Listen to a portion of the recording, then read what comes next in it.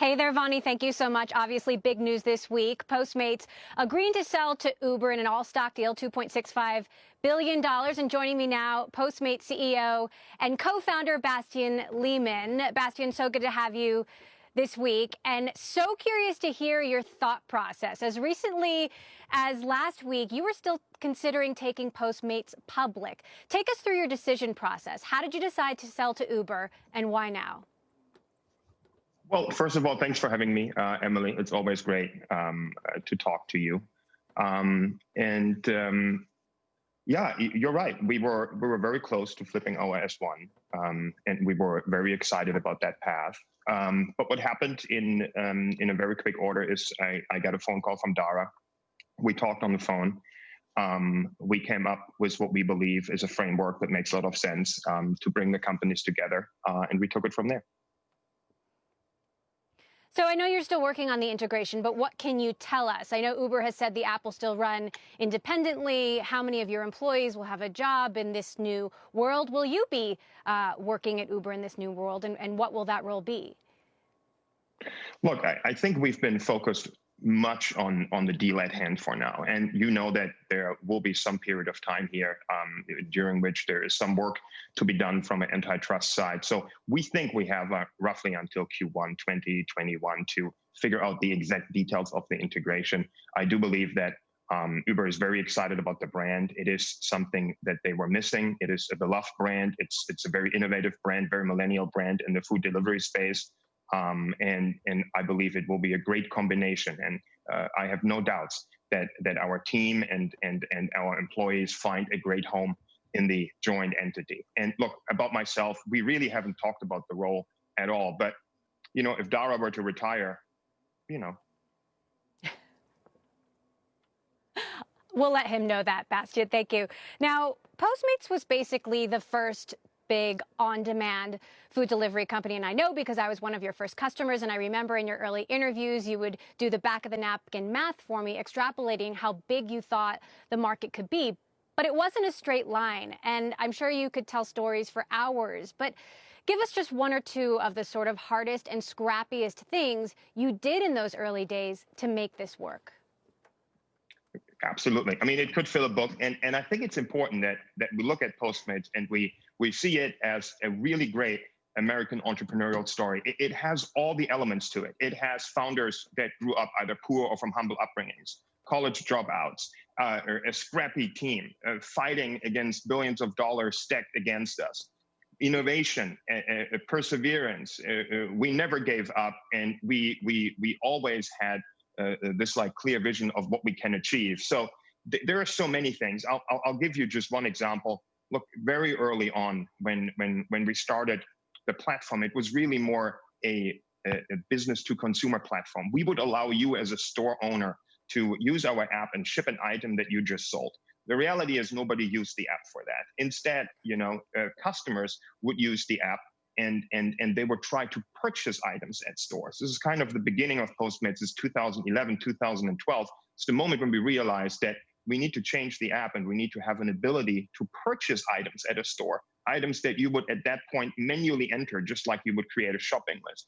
So how do we do that? Well, payments infrastructures didn't exist to the extent they are today. So what we did is we equipped our fleet with Visa debit cards. You wouldn't believe it, but we would drive to Safeway and we would take a credit card and purchase thousands of dollars in Visa debit cards. We would in return hand these to our fleet in San Francisco, and we would also give them a Square reader.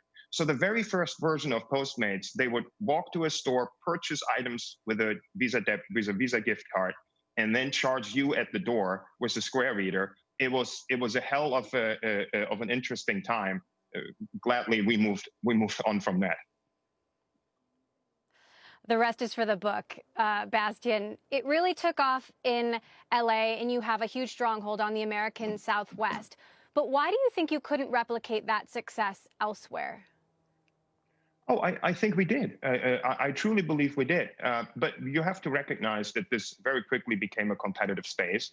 And I believe others had a bit more luck in certain different areas. It is not different than what we see throughout Europe, with the exception that in Europe, you see these players having strongholds in certain countries, given that, of course, America as a whole is a lot larger. So I think these are not surprising dynamics, and it is a regional game.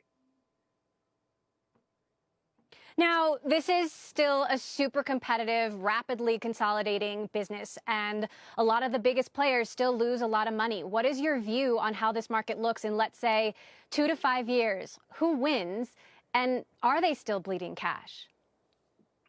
I think the most important thing to recognize is that this is a market that is so rapidly evolving, right?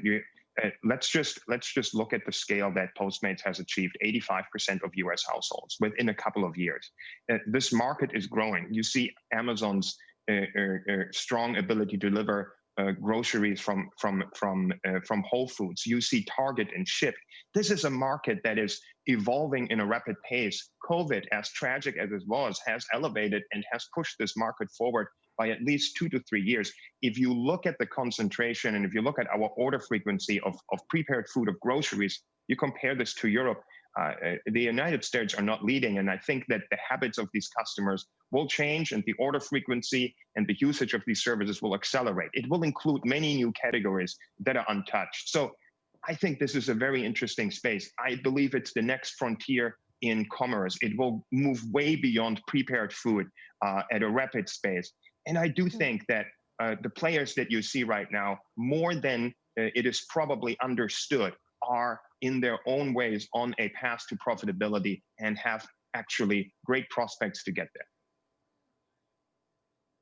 Now, all of these companies, including Postmates, has been fighting a law in California that says that your contract workers should be full-time employees with full-time benefits. At the same time, you've got certain cities putting caps on the fees that you can charge to restaurants. And I believe some companies, including Postmates, have been accused of flouting some of those new rules. How big a risk are some of these issues to the long-term success of all of these businesses?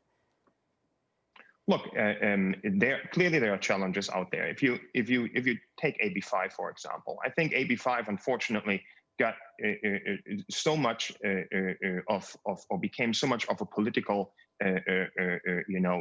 thing that it's almost impossible to talk about it anymore from just a factual basis. But we believe that AB5 really provides no framework for the future of work in the gig economy, period. We have alternatives. We proposed alternatives. We proposed alternatives as Postmates, as a company. We have actually led some of these. We are the only company in this space that has a fleet board where representatives from the fleet interact with the company, and it's a beautiful thing to see that.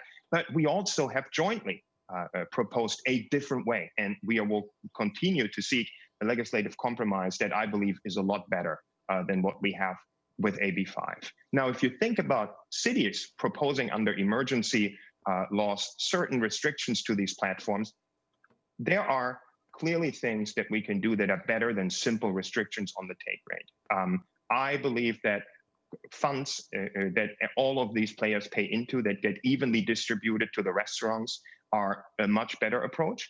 And we continue to advocate that with the cities that we're operating in, and we're making great headwinds there.